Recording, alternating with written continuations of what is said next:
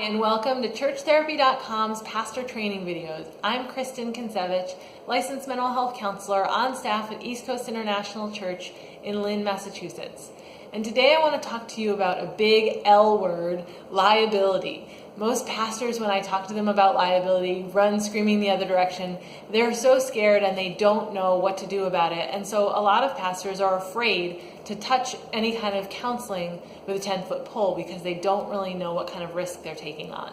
And there have been some examples in the past of churches being sued in counseling-related scenarios. Most of the time, if you look back at those cases, it's actually when people, maybe volunteers or staff members at the church, were trying to function in ways that they were not trained to do. And so let's say someone committed suicide and a family sues the church. Often it's because the professional help was not there and the church was trying to fill a role they were not equipped to do. So the church therapy model actually seeks to solve this problem by bringing a professional counselor onto church staff. And professional counselors carry their own liability insurance. And so on top of the church's liability insurance that you're going to have, obviously, for whatever activities the church is involved in, a counselor's liability insurance protects their practice as well. And it would add an additional layer of protection for the church. Now, when you think about the church's activities, I often like to talk to pastors about youth pastors, because this is a liability that the church takes on all the time and really doesn't think that much about because it's common practice. Youth pastors, maybe 23, 24-year-old, often take teenagers out on trips. And so, I paint a scenario for some pastors when we're talking about liability of a 23 or 24-year-old youth pastor bringing 8 or 10 teenagers out on a canoe trip.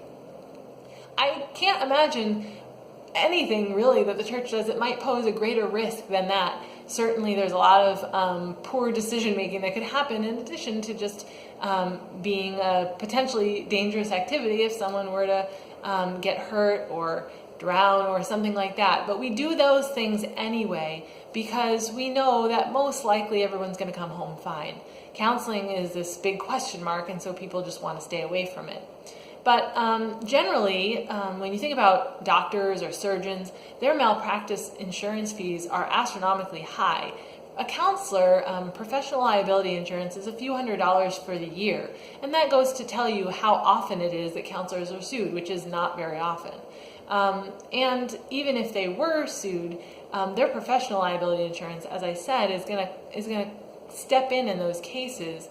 If you were still worried about it, you say, no, that all sounds too scary and I don't want to do any counseling in the church and I don't want to bring a professional on and nothing, you could form an LLC. And what that would do for you would be have a limited liability corporation that essentially would be the counseling practice. And so even if the counselor is practicing, kind of functioning on staff, their office is right with your offices and it's integrated into what the church is doing, it still adds a layer of protection in the event that you might get sued because it's a kind of outsourced activity, even if it's operating within the building. So that's one option.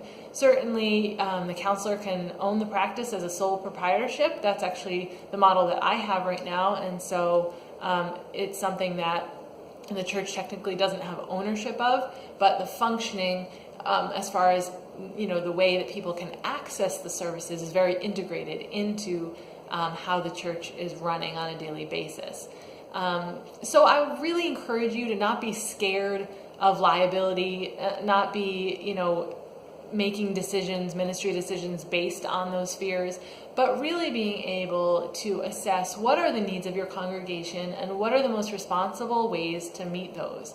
Because ultimately your liability is limited the most when you're being carefully thoughtful about the kinds of needs that your church is presenting to you and making sure that you are as equipped as possible to handle those needs well.